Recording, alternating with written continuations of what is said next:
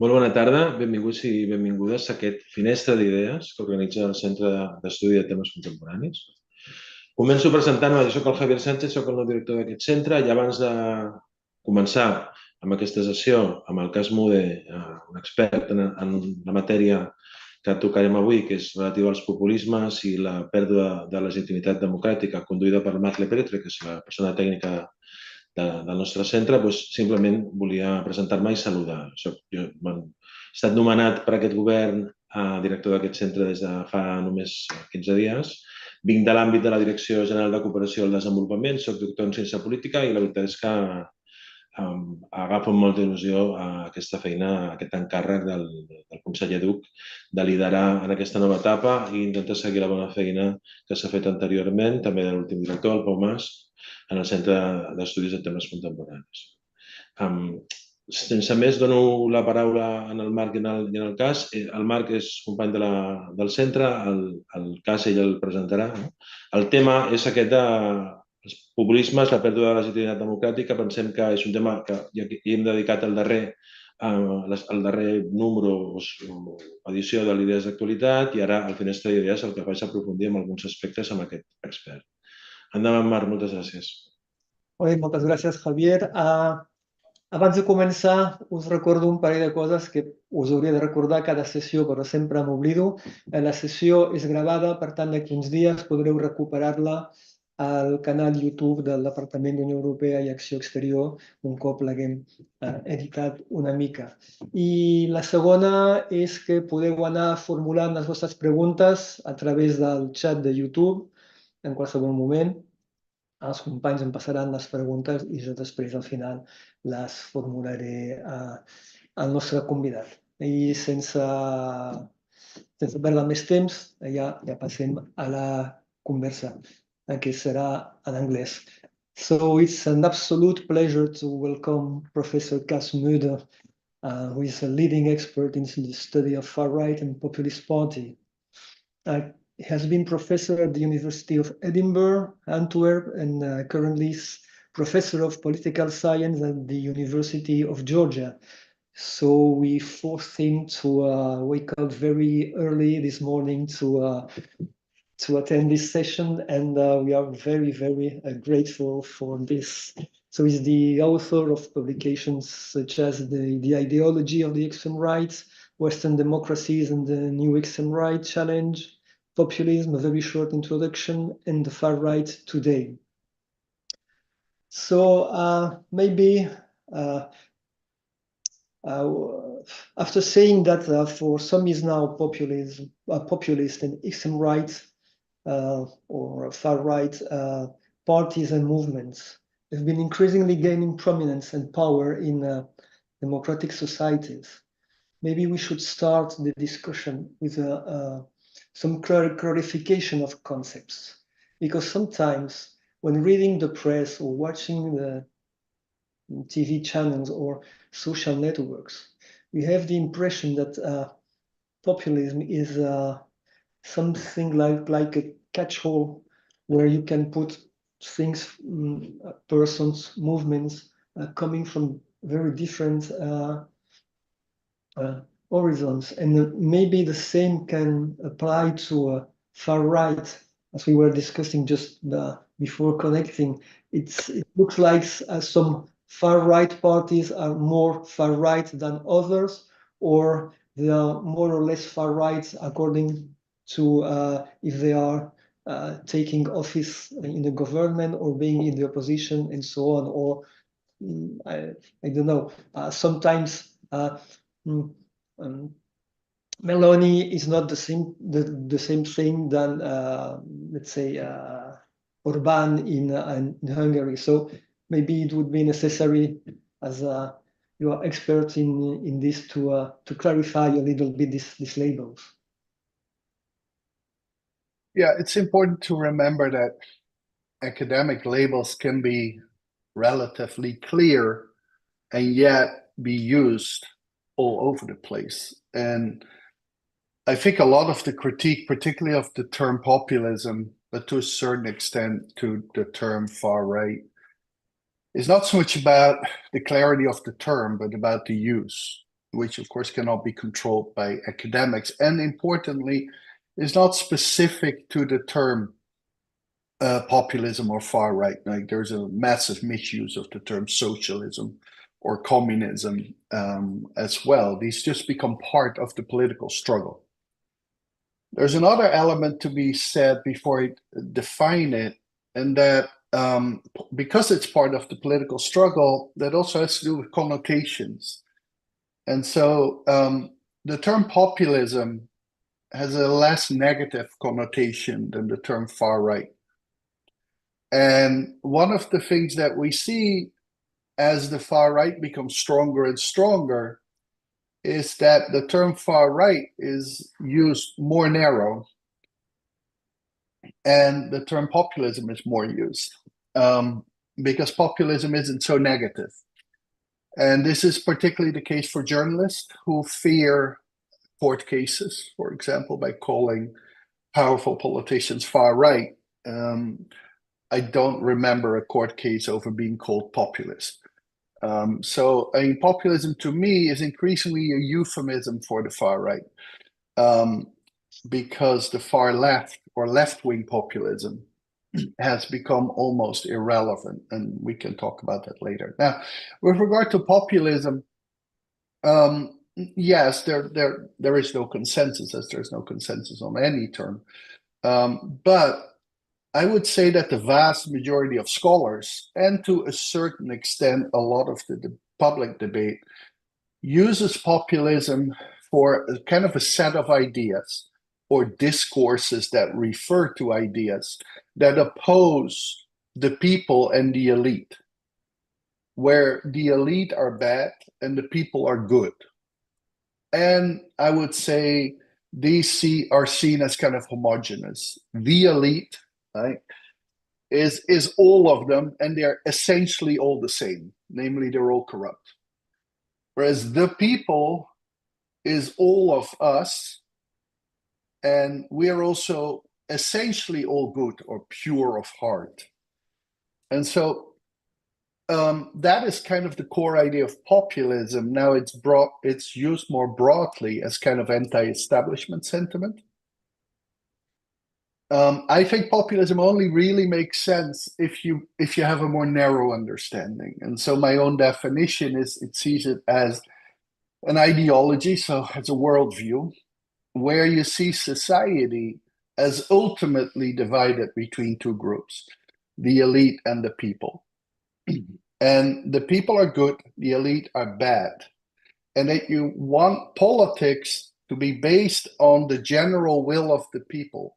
And there are two fundamental elements to that definition, which are monism and moralism. So the monism means that both the people and the elite are seen as homogeneous, as sharing exactly the same values and interests. So there are only two groups that are relevant in society. That is the people and the elite. It's not men and women, it's not workers and capital. Like, it's those two. And the key distinction is about morals. One is corrupt and the other one is pure of heart. So it's not about how much money you have. It's not even so much necessarily what interest you have. It's about whether you're pure of heart or whether you're corrupt. Now, populism itself can be linked to all kinds of ideologies, because populism itself is what we describe as a thin ideology. It doesn't tell you that much about how society should look. It just divides society into two ultimate groups. And so what you see is that on the left, populism is often combined with some form of socialism. And probably best example is Podemos, like for people in Spain, but you can also think about Chavez. And the form of socialism can be very different. On the right, the most common ideology it's connected to is nativism, a kind of a xenophobic form of nationalism. But it can be combined with neoliberalism. And technically, populism can be combined with everything. And importantly, almost all populist actors that are relevant combine populism with a so-called host ideology. And that host ideology is more important than the populism. So for Podemos, socialism was more important than populism. For Vox, nativism is more important than populism. Now, the far right is used as a kind of a combination for both the extreme right and the radical right. I'm happy to talk about what the right is, but I'm leaving that for now. The extreme right is fundamentally anti-democratic, which means that they don't believe in popular sovereignty and majority rule. They don't believe that the people should elect their own leaders. When you think about the extreme right, you think about historical fascism. Franco in the French case, with like Mussolini, that thing. The radical right accepts the basics of democracy, namely that people elect their own leaders, but they have a problem with so-called liberal democracy, which really is the system that we have and usually call democracy, which is based on, simply stated, a combination of majority rule and minority rights. Namely, in a liberal democracy, the majority cannot do everything at once. We have certain basic rights. Minorities have rights, not just ethnic minorities, but everyone. Like, we have separation of powers. We have an independent media that is guaranteed towards the state, these type of things. The radical right has problems with these issues. Now, you could say the far right as a concept was mostly used, if it was used, for the radical right until recently, because most relevant parties, at least openly, are radical right. Openly, they support democracy, but they have issues with particularly minority rights. And when in power, they often have issue with independent media and independent judiciary. But that doesn't hold anymore, because today what you see is, A, the far right is increasingly in power. And in power, they do things or say things that are actually show that they don't seem to truly support democracy. I give you two examples. Viktor Orban, who is in power in Hungary and has by and large, even the European Parliament has accepted that undermine some of the fundamentals of liberal democracy, but to a large extent, democracy as such, having full party control about the electoral council, etc., etc. I think that the most stunning example is actually the Republican Party in my country, the United States, where you have a party which, I mean, by and large now, without almost any exception, argues that Donald Trump has won the last election, which means that while they say they're democratic, they actually reject the outcome of democratically held elections. They also have a massive amount of policies that undermine voting rights, intimidate certain voters, which go to the essence of popular sovereignty and majority rule. Right. So today, what we see is more open racism, more open kind of anti-democratic things, support for coup d'etats like Bolsonaro, which means that you have now parties that we tend to call far right, because on the one hand, they have a program that is radical right, that says we are democratic, but we have issues with certain liberal democratic elements, but that act in ways that are even anti-democratic. But they're not the same as the Nazis, because the Nazis never pretended to be democratic. Like, they were they didn't believe in the idea of one person, one vote. So those are my categories. I don't speak too often about populism anymore, for the simple reason that the vast majority of actors that we talk about are actually far right. And the essence of the far right is not populism, it's nativism. So it's a xenophobic form of nationalism combined with authoritarianism, very simply stated, a kind of a strict idea of law and order. and discipline. Not an anti-democratic idea, but a strict idea in law and order. The idea that if you make something illegal and you punish it harsh, then that behavior won't happen.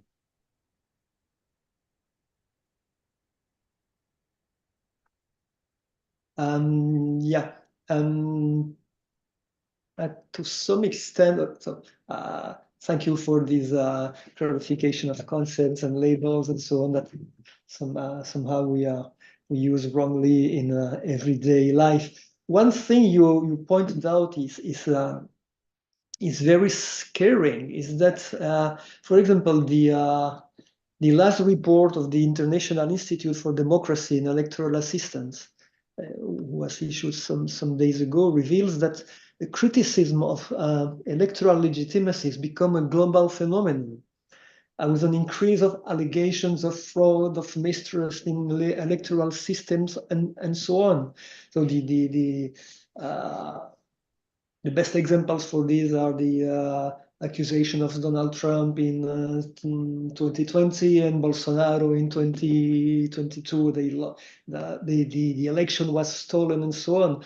But when we see that ordinary people starts to believe these things, that until now we said, okay, that leader or that party won the election. Okay, that's fair. So we don't like, but it's a result. We accept it. Now more and more we see that it's not that clear. Yeah, no, the question, and of course, is, which is always a problem, is like, is this really an increase, or do we see it more?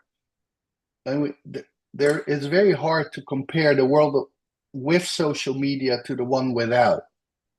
Not so much in the sense because the social media is such a phenomenal factor in how we think, but it is in how we express it. Like, so a lot of people talk about the increase of racism, but actually all surveys show that people are far less racist.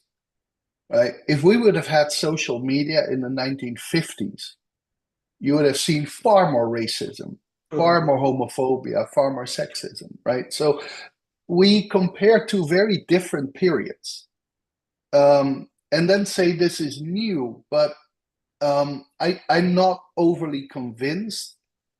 I think there is another thing that is very important that explains some things. There's a Ronald Inglehart was an important political sociologist. He spoke about the process of cognitive mobilization. And what he meant by that was, since the 1960s, 70s, people are far higher educated. But they're not only higher educated, they're differently educated, less hierarchical, less authoritarian. And so what that has led to is that in academic terms, we have more political efficacy, which means we have more political self-confidence. Like, when you're higher educated, you feel more capable to judge things. On top of that, when you're educated in a more horizontal way, you no longer accept everything that the elite tell you, which in the 1960s people did. Right? Now, from a democratic point of view, this is very good. Right? We think that the 1950s, 60s were very democratic, but most people just followed whatever the priest or the trade union boss said. And that is not what democracy is about. Like, democracy is about individuals making individual decisions. To a certain extent, we do that more now. The problem with that is that we question everything. Right? Now, if you take into account that over the last decades, citizens have heard over and over again that politicians are either incompetent, which is what neoliberalism argues, or they're corrupt, which is what populism argues, and what many media focus on. Like, that explains in part why we are not just more critical, because we hear much more what is going wrong. Mm-hmm. And politicians no longer have that higher status, but we also feel more confident and have more opportunities to express it.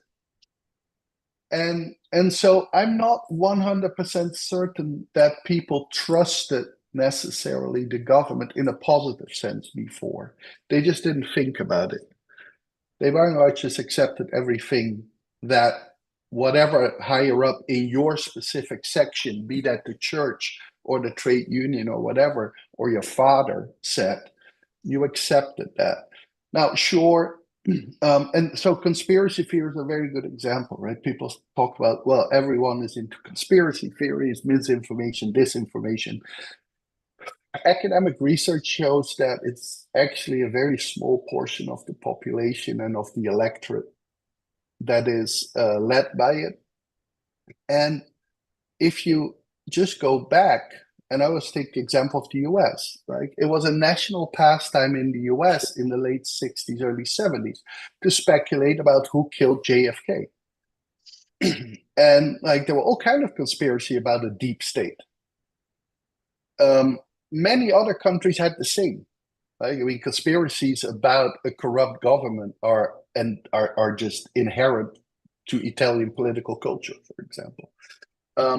So I'm not saying that we don't have these things. My point is, how new are they and how differently are they from before? The last point is, how deep are they? And that I really don't know. Yes, there are a lot of people who say here that they don't believe the results of the last election. Now, it's important to remember this kind of started in 2000.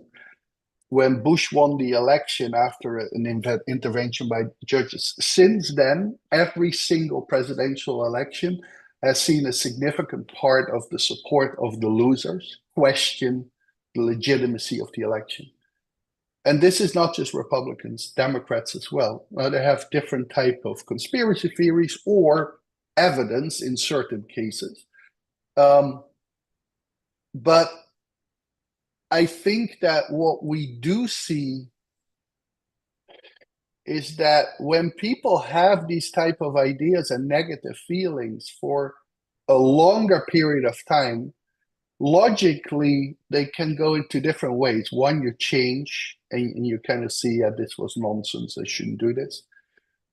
Two, is that you actually start to think, okay, if this is true, then that actually means that this whole system is rotten.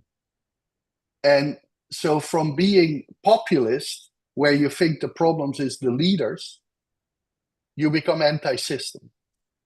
Because you think, look, we now have leaders from every single party. They all, as soon as they get to power, they become corrupt.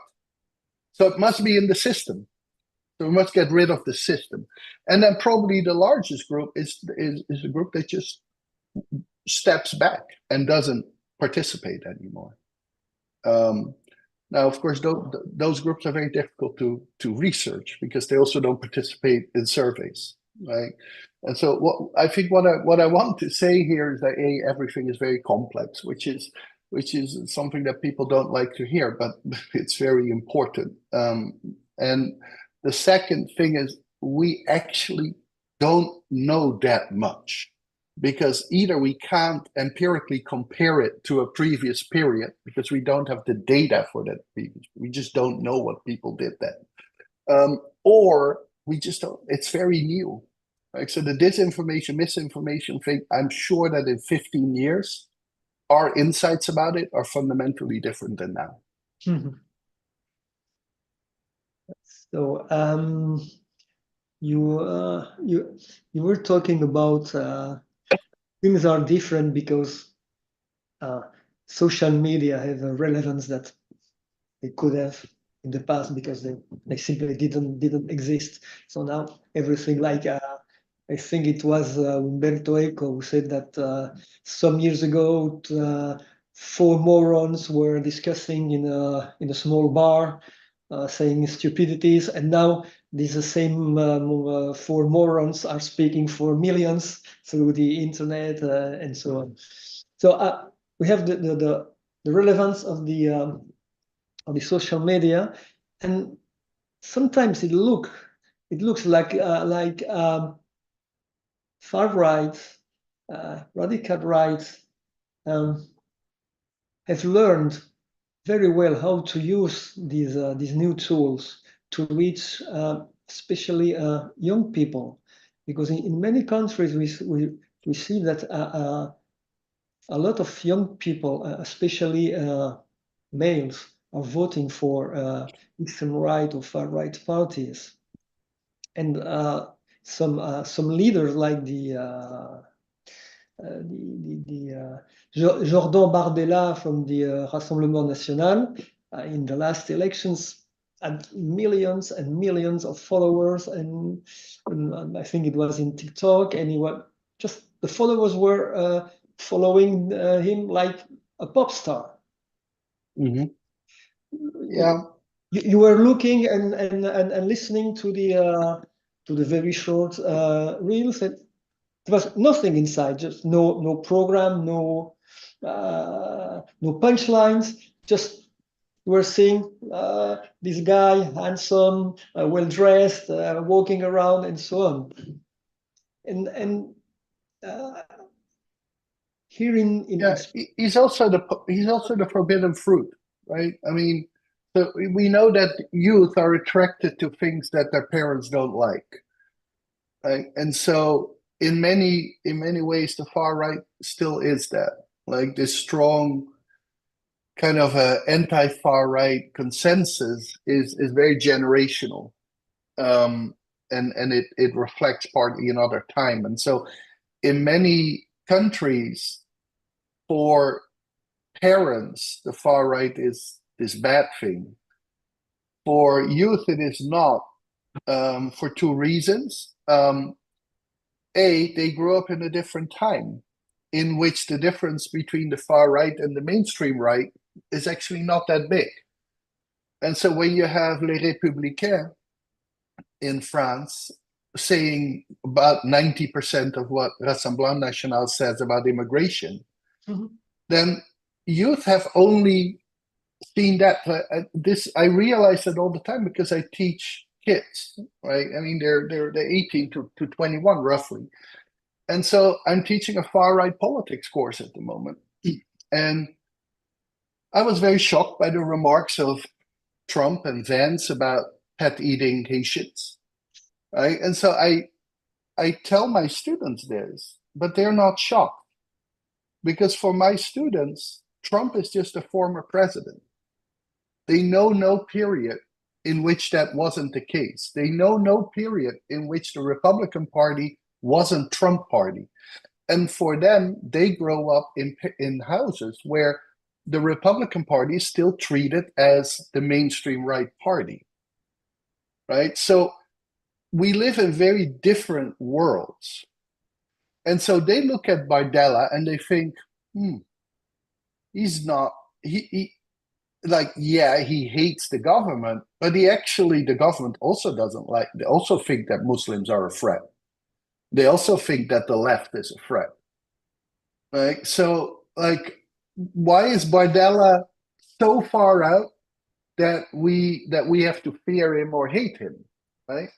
But what is important is that, as so often happens, we look at a couple of people on the far right that are successful through social media, or that are good at social media, whatever that is, right?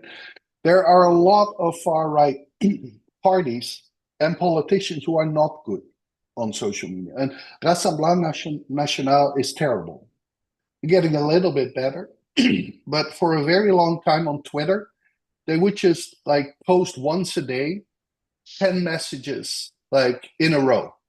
And everyone knows that's the worst, right? I mean, that Geert Wilders knew this, you post twice.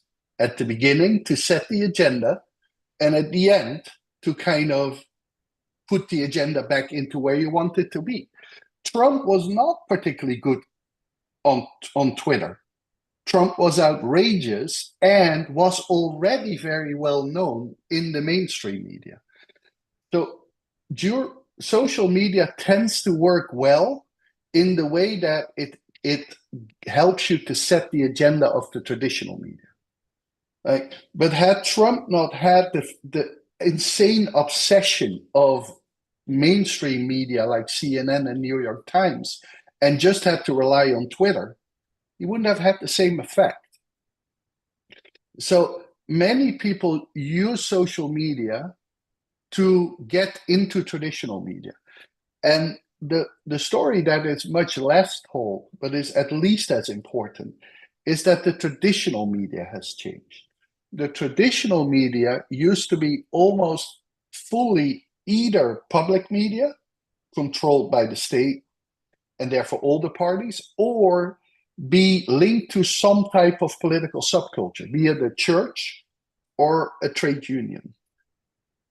Since the 1980s, we have private television and private radio, as well as a market logic in much public media. And almost all traditional newspapers have been privatized. And as a consequence, a kind of more political logic with strong gatekeepers became an economic logic, where selling becomes the most important thing. Now, what sells? Scandal. Who provides scandal? The far right. Like, if the far right would have come, it wouldn't come up in the same way in the 1960s. Not so much because social media was different. If we now had social media, but the same type of logic of the media of the 60s, we still had gatekeepers. You could still ignore things on social media because you were not paid by how many viewers you had.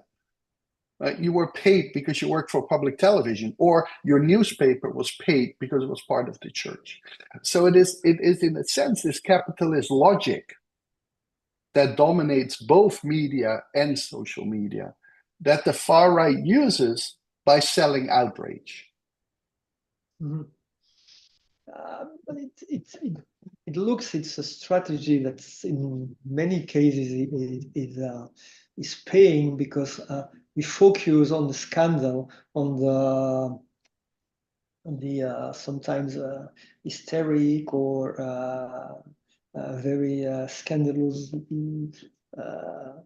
phrases of politicians, and we don't look at the way they do the daily business. For example, in Spain, we focus on what's the last thing the president of the Comunidad de Madrid, Díaz Ayuso, said, because she's capable to say that demonstrators are all paid by the Communist Party, and we are all the days talking about that, but not about the policies she's applying through the government. So to some extent, it's a good strategy to just to push aside the daily work of what I'm doing and just talking about things that are challenging people.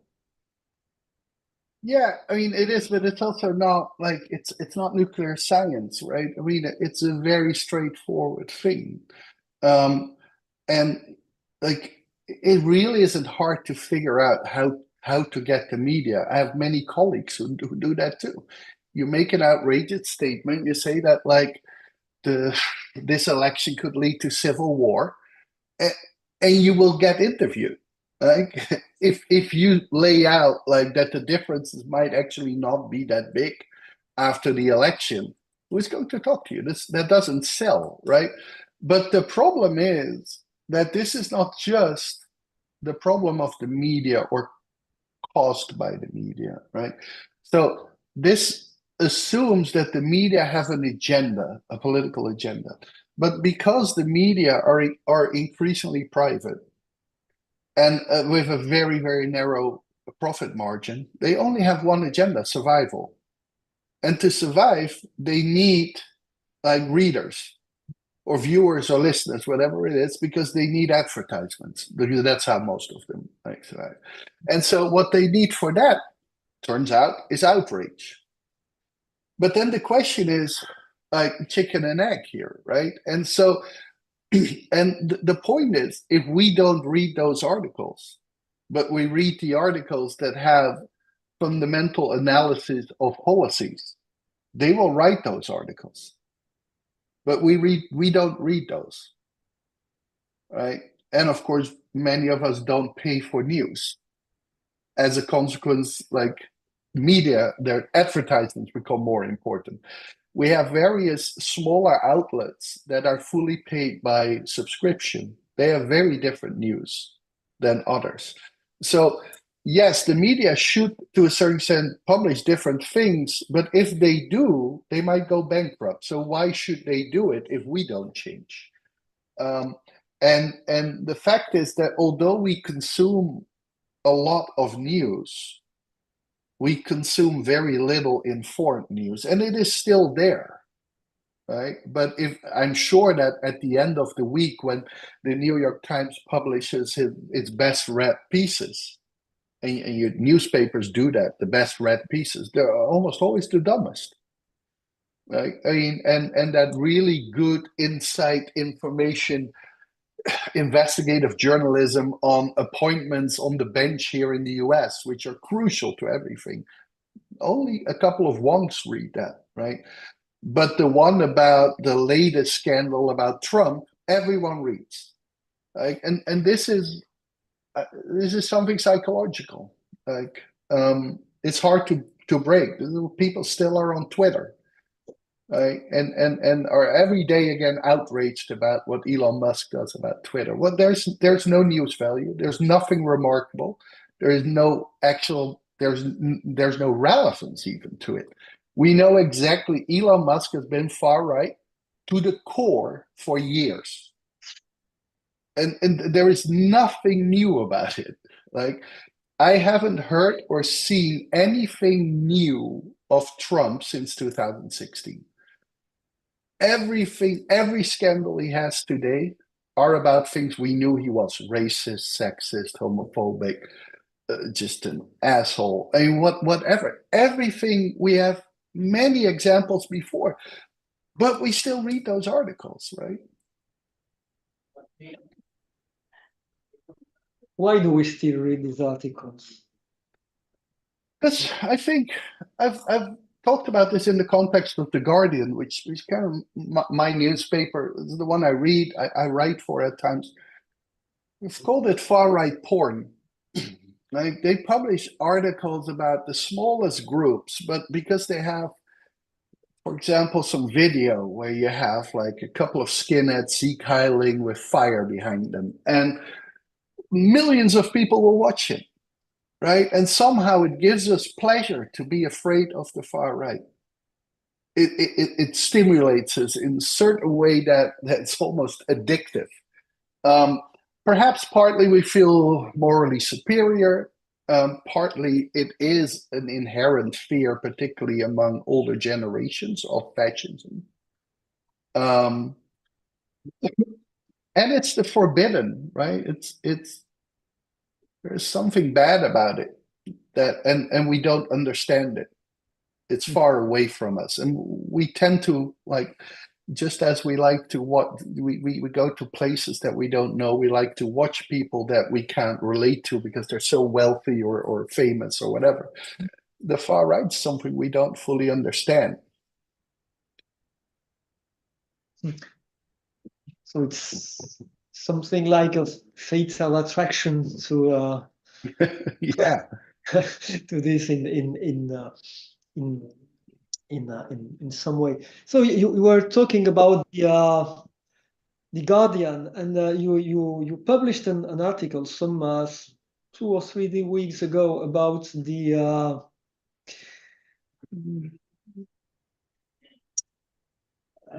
change in the far and radical right. They are for some years now talking about workers, the rights of workers. If we won the elections, we are going to defend the workers against the elites. But in this article, you talk about your study, revealing that's absolutely not the case. That's far-right parties in national parliaments and in the Euro Parliament vote systematically laws which go against workers.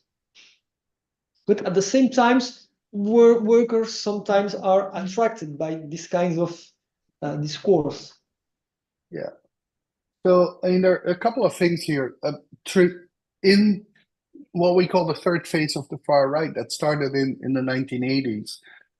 In the early 1980s, the few far right parties around tended to support neoliberalism, like Front National at that point in time, FPÖ in Austria, some others.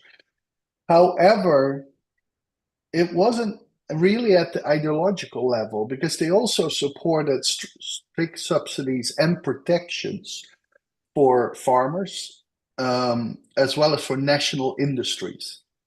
So it was kind of a nationalist capitalism that they supported. Like they supported the market, but they also wanted to protect the national market from international pressure, in particular ownership. They often supported neoliberalism in countries where the political power on the economy was strong. And the argument was, I think, very strategic. Like they didn't necessarily care that the state had a strong hand in the economy. They hated the fact that the other parties had this control.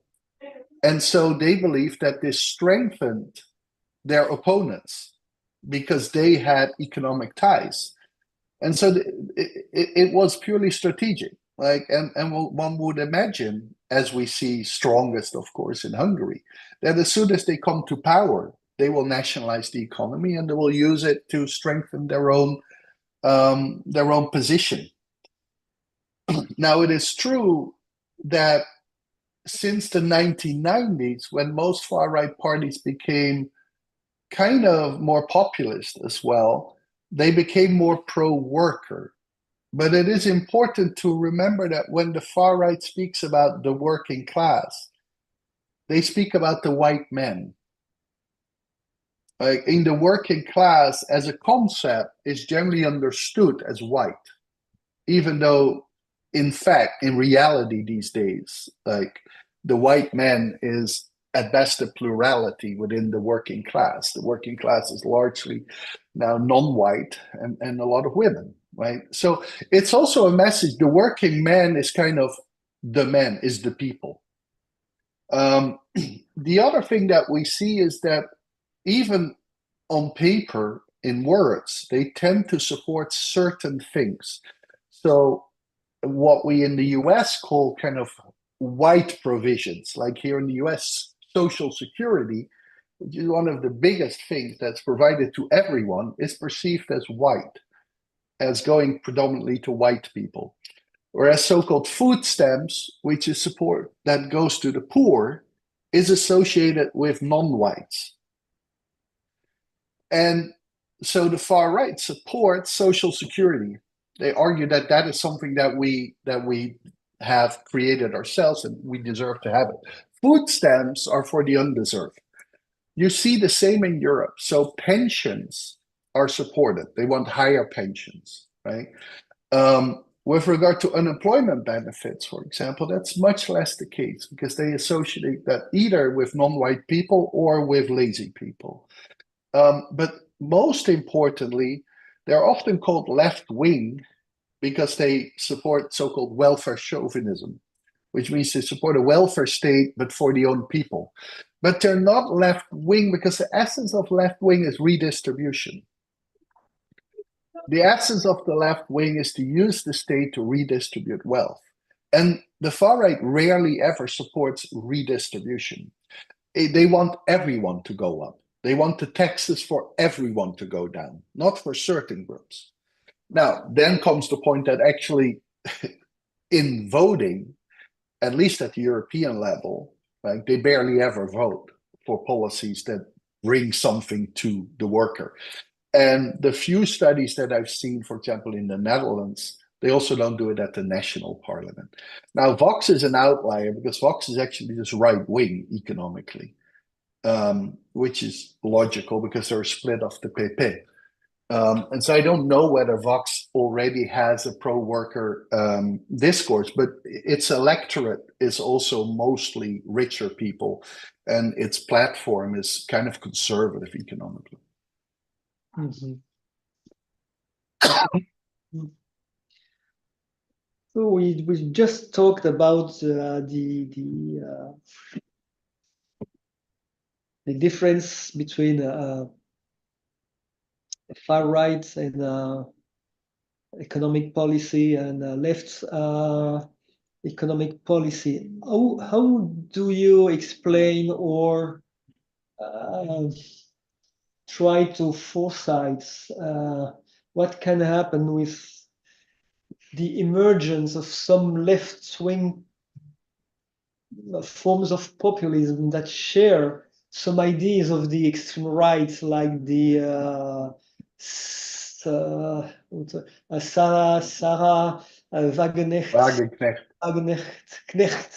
in Germany, because it looks like a mix between far right ideas about immigration, support Russia, give less to Ukraine, and on the other hand, a more left-wing vision of the economy and so on. Do you think that this can be, if it goes on growing, an alternative to and maybe a more dangerous alternative than the far right, because there Well, are first of all, little bits on both sides? yeah. So first of all, left-wing populism in the more old understanding is kind of dead. So left-wing populism was very strong in Latin America in the 2000s, early 2000s. I think about Chavez in Venezuela or Morales in Bolivia, and Ecuador and Nicaragua. And then you had Syriza and Podemos that came out of the Great Recession. Now, Podemos, by and large, disappeared and also has left its populism behind. Syriza, for most purposes, as well. And so now we have a new phenomenon, although the question is how broad it is, which is the Bündnis Sarah Wagenknecht, which is a very different type of left-wing populism, because it is socioculturally conservative, which neither Podemos nor Syriza were. Now, to a certain extent, this is not new, because they are very close to what the Danish Social Democrats are and have been for a long time.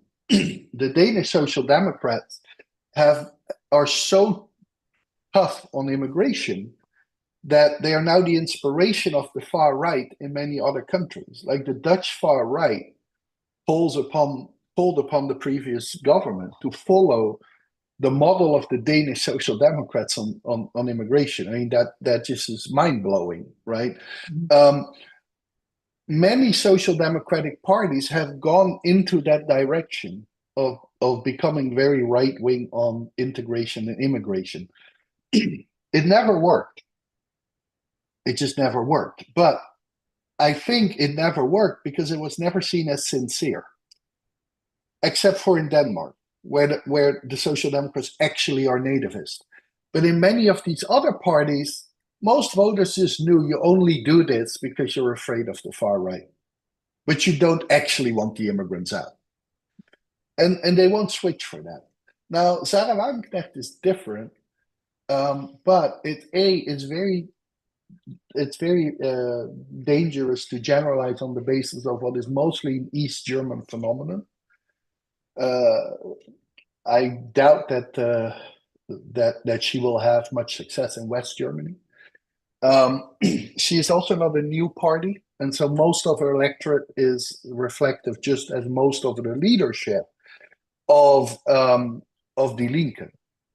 We see at the moment in the Netherlands, we have a small radical left party, the Socialist Party. It has always been kind of on the fence because it kind of knows that its electorate is very much anti-immigrant, but it also kind of feels that it shouldn't be. Now it wants to be stronger anti-immigrant. I think the problem is always that, what do you add? Why would anyone vote for you if anti-immigrant is the most important thing? You know you have a far-right party, and that will do it, right? And so I think that this left-wing conservative movement, as they now call it, I'm not sure whether it's a model that can be copied.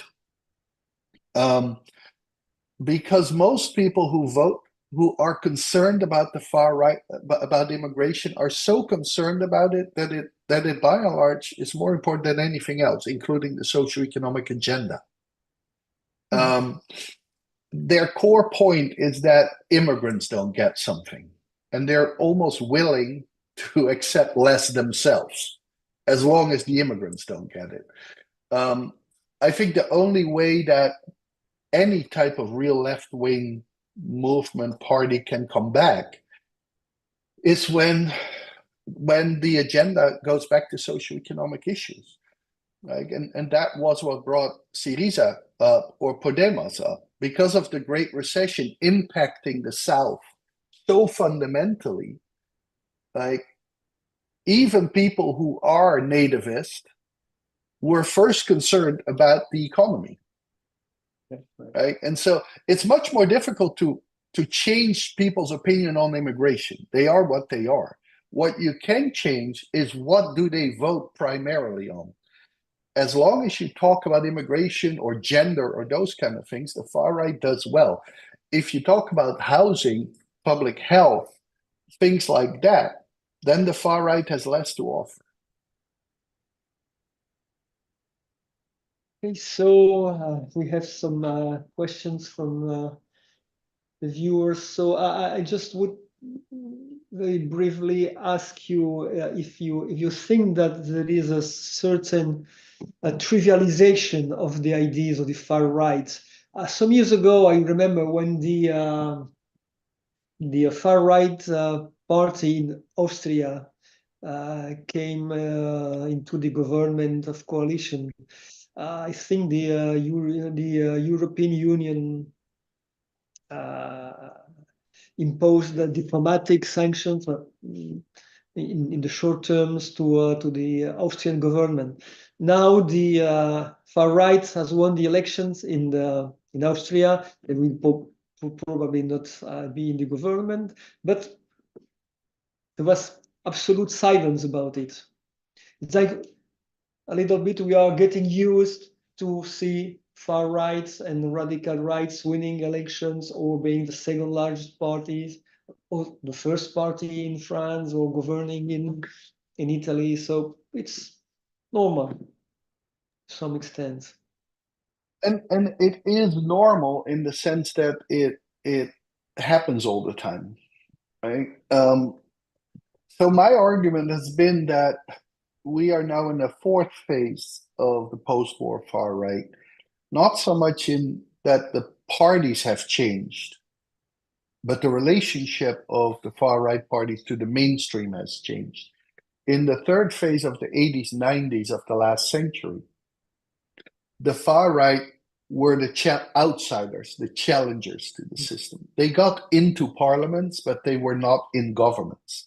Their ideas were still outside of the acceptable debate. To a large extent, even their issues were outside of the debate. Like immigration, European integration were barely politicized in the 80s, 90s. In the 21st century, these issues dominate the agenda. But not just the issues, also the far-right framing dominates. So it's not just that we talk about immigration. We talk about immigration primarily as a threat to national identity and security. We talk about European Union primarily as overreach and like weakening national sovereignty. Or corruption, or not being able to defend our borders, like all frames of the far right. And a logical consequence of that mainstreaming is that these things are become normal. because normal is about the norm. Right? And pretty much we consider everything that mainstream parties say as not far right. And if you do that, right, then yes, you can get into these debates about, but is Meloni really far right? But the argument is not so much what Meloni says and compare that to a definition of far right or liberal democracy. No, we compare what Meloni says to what Macron says or what von der Leyen says. And we assume that what von der Leyen says is not nativist or is not authoritarian, right? But like Fortress Europe and the whole defense of it is fundamentally nativist. And all these deals with the MENA region, which are now celebrated by von der Leyen, right, by Meloni, and by Mark Rutte, the former Dutch prime minister. Like they go together there, and they all feel that this is their policy. So this is, I think, to me, that's kind of the creeping far-rightization of society. And as you said before, like, isn't someone like Sarah Wagenknecht more dangerous than AfD? Yes, she is, because she's now probably going to govern in Brandenburg. Because the idea is, well, she's bad, but she's not as bad as them, right? To me, someone like Mark Rutte was always much more dangerous than Geert Wilders. Of course, Geert Wilders is much more radical than Mark Rutte. And to be honest, I'm not even sure whether Mark Rutte was a nativist. But how relevant is that? His whole administration had nativist scandals, made nativist policies. But we weren't vigilant because we believed that there was a liberal Democrat in power. Right? And so we weren't vigilant when Sebastian Kurz was the chancellor. If Kikel would become chancellor, whatever he does, we would say, oh, that's fascism. Even though 80% of what he would do, Kurz also did. And so we still have this outdated idea that the far right is something external. Right? But far right policies, far right frames, and far right actors are part of the mainstream. And liberal democracy is being threatened not just by outsiders, but by insiders. And importantly, not just by the far right, but also with people who collaborate with the far right or who try to copy far right policies. So we start with the questions. The first one is, what influence has had Stephen Bannon think tank in Brussels on the rise of the European far-right parties in recent years? I think we should stop reading the New York Times on Europe. Like zero, nil. I've seen absolutely no evidence that Steve Bannon had any effect. There is Steve Bannon's effect actually in the US is probably fairly minimal. We have this desire, which is part of this far-right porn, and this desire to be scared that of this kind of far-right Rasputin, this brilliant mastermind that is like operating. And I think it's in part because we find it very hard to accept that a very large part of our society is nativist. And so we think, well, they have to be duped. There has to be some kind of brilliant person behind it. No, you don't have to be particularly smart. So Bannon himself held interviews with all kind of, or talks with all kind of far-right leaders. Almost all of relevance after that said, I'm not going to listen to an American how to do stuff. Like, the point is, Europe was far-right before the Americans. Like, most of the parties today that are relevant, FPÖ, Rassemblement National, Lega, they all predate Bannon and Trump. So Ben is irrelevant. There is no Rasputin. Right? I mean, Orban plays some role because he has a lot of money and he's buying conservative intellectuals and opinion makers, but even that doesn't play a role. Most parties just win national elections for national reasons, not because you have some bad in there. People don't vote for Vox because Trump wins an election. That's just not how elections work. Like, people vote for national reasons. So to some extent, we are closing a circle because we are talking about Rasputin, and we can make a link with the Russian Narodniki of the 19th century. So it was also populism, and still another one is how to explain the relative weakness of far-right parties in the Baltic states compared to neighboring states like Poland, Finland, and Sweden.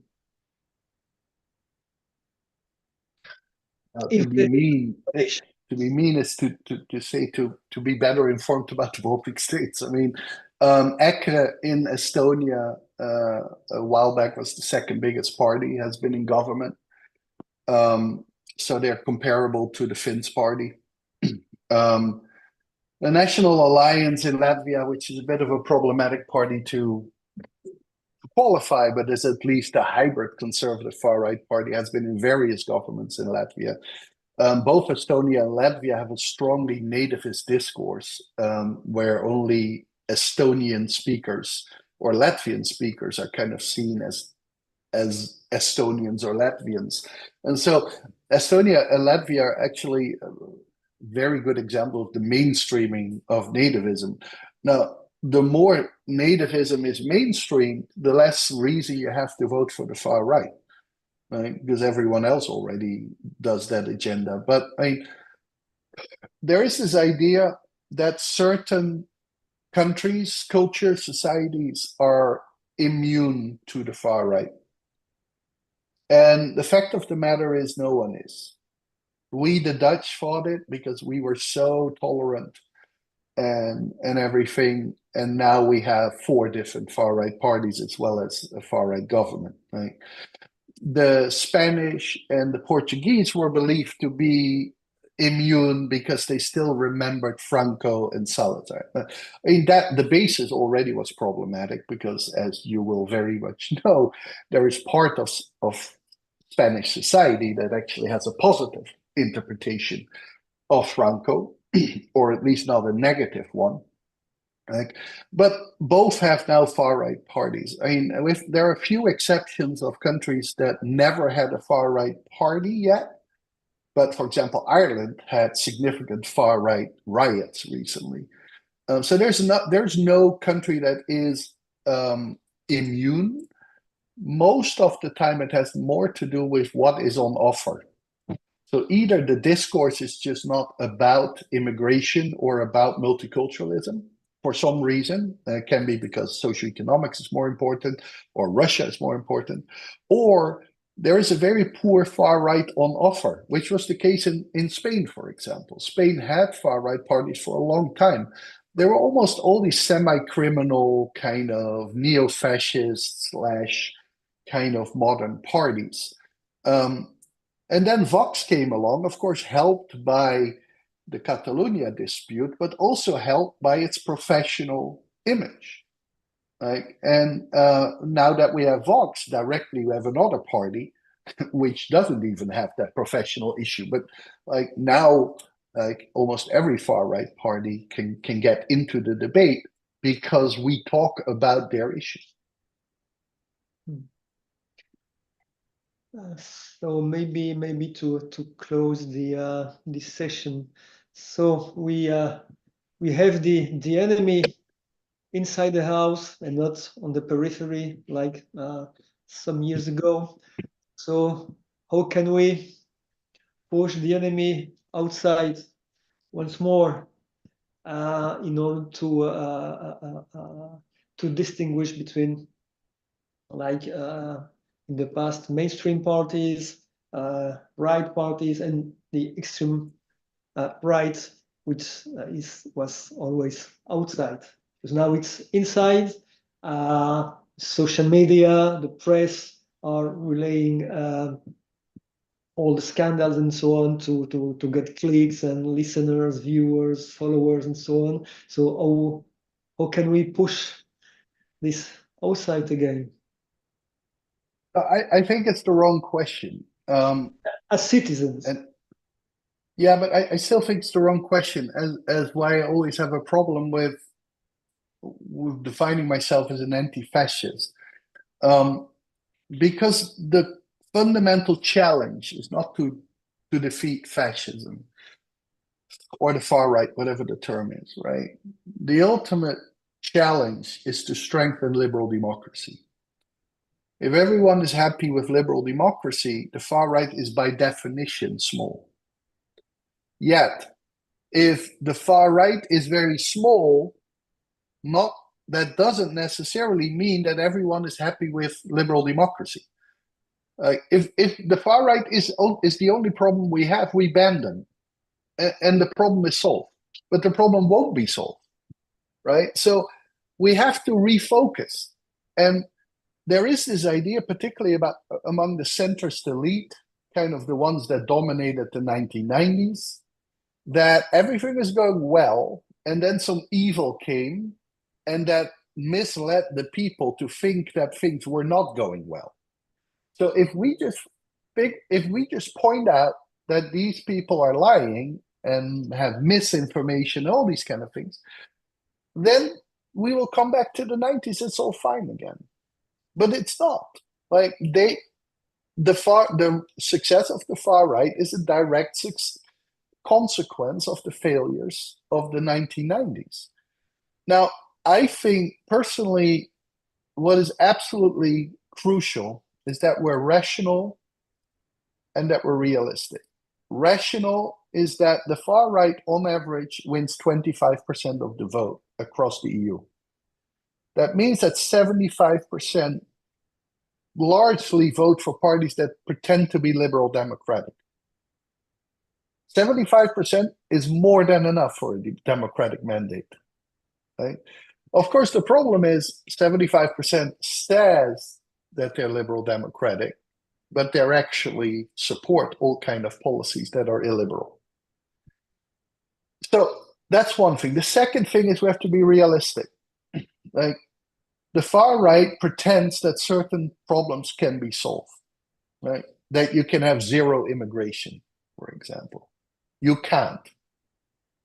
That you can have a completely assimilated population where everyone has the same values, etc. You can't. And neither should you want to have both of them, right? Pluralism is the basis of liberal democracy. Immigration with some level of control is necessary for everything, like from culinary pleasure to academic advancement to economics, etc. Right?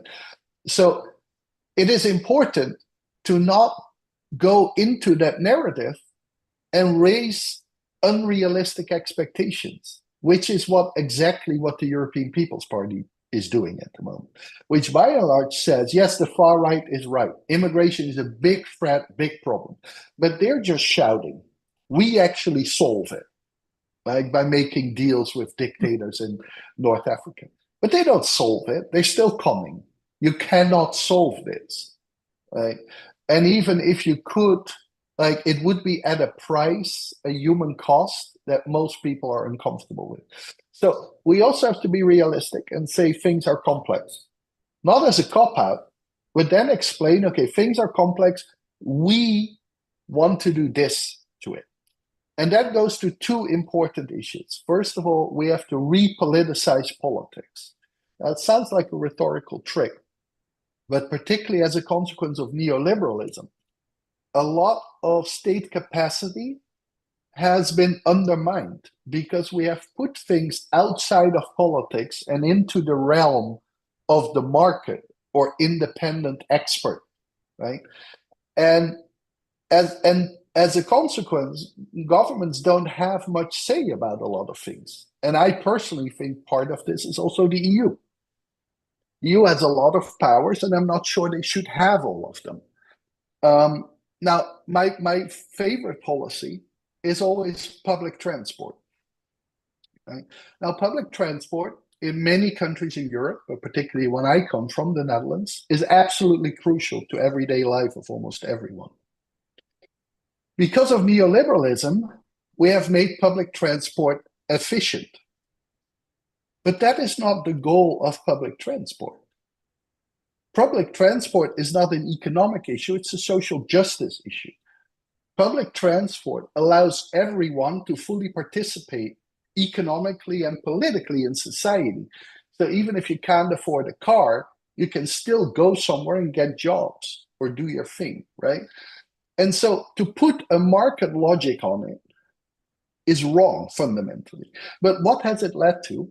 It has led to the closing down of certain train lines or bus lines, or making them much less regular. Most of the time, these were relatively isolated areas, right? Where just not many people live, rural areas. We see that it's those areas often where the far right is more successful. And it makes sense because this is not just about you not taking a bus. It also sends a message. You're not as important, right? And so that is just one example of why it is important that the state takes care of certain services, and not from the perspective of effectiveness, but actually of inclusion, right? So we have to repoliticize. Certain things have to be back into the electoral arena. The second, and the most challenging, is we have to re-ideologize politics.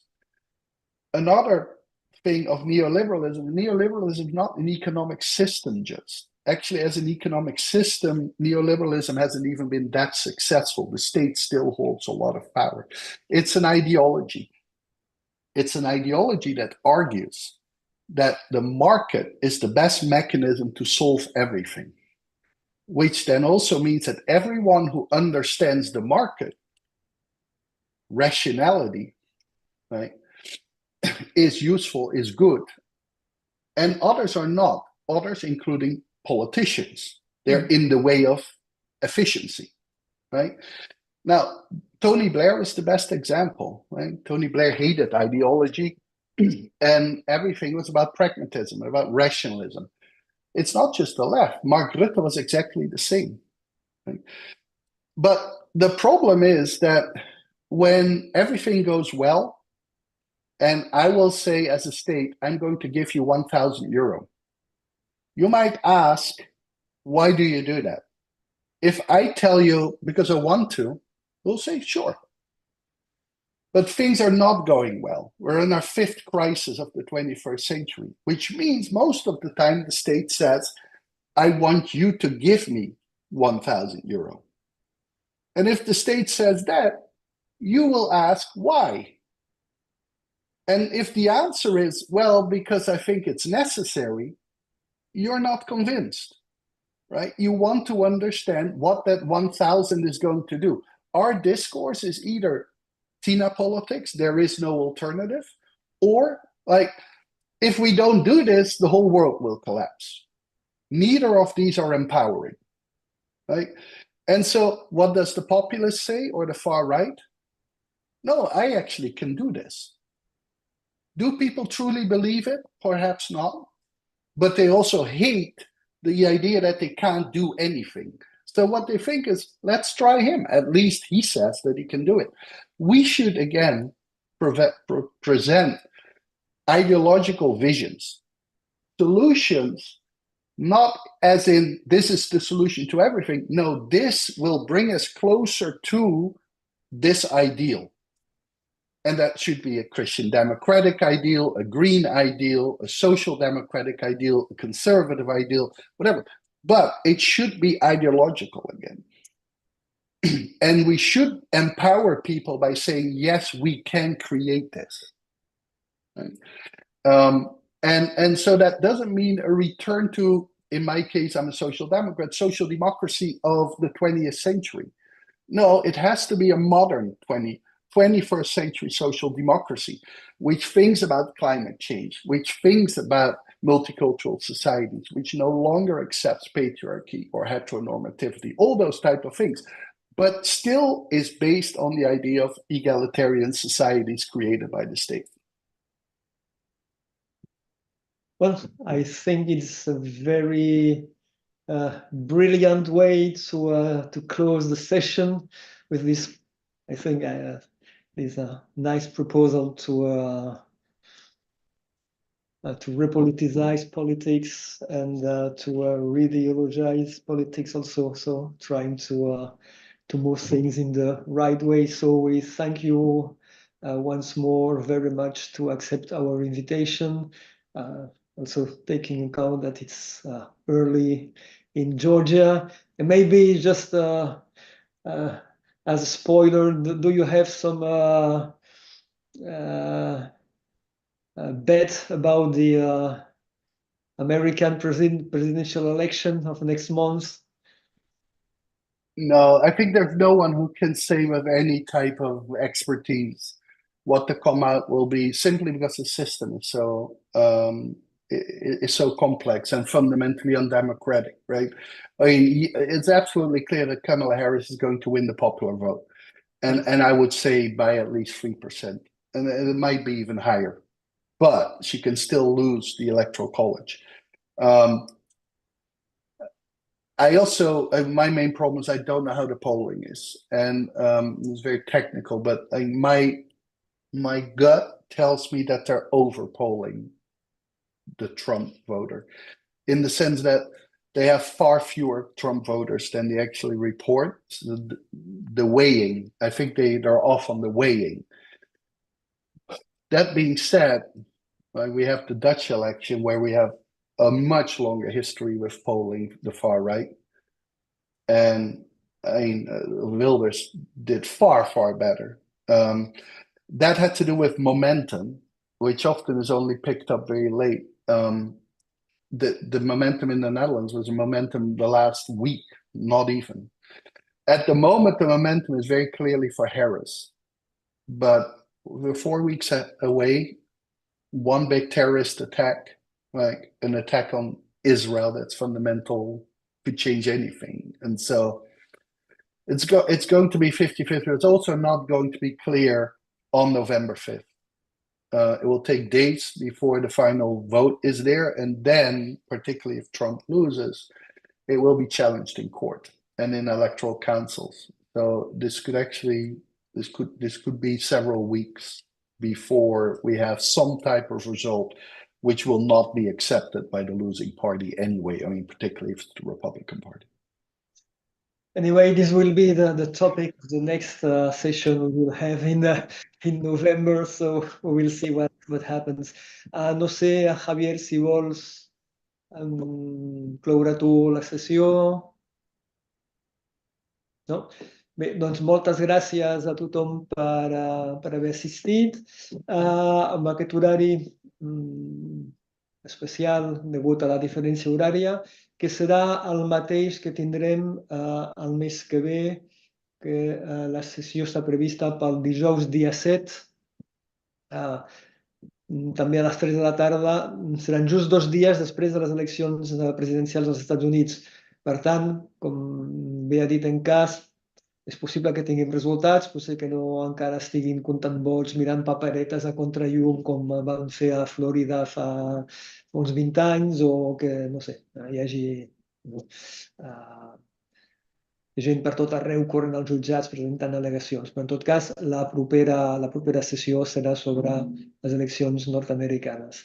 Doncs un cop més, moltes gràcies per assistir. Recordeu que d'aquí uns dies tindreu la sessió disponible al canal YouTube del departament. Moltes gràcies i fins a la propera. Bye-bye. Bye, thank you.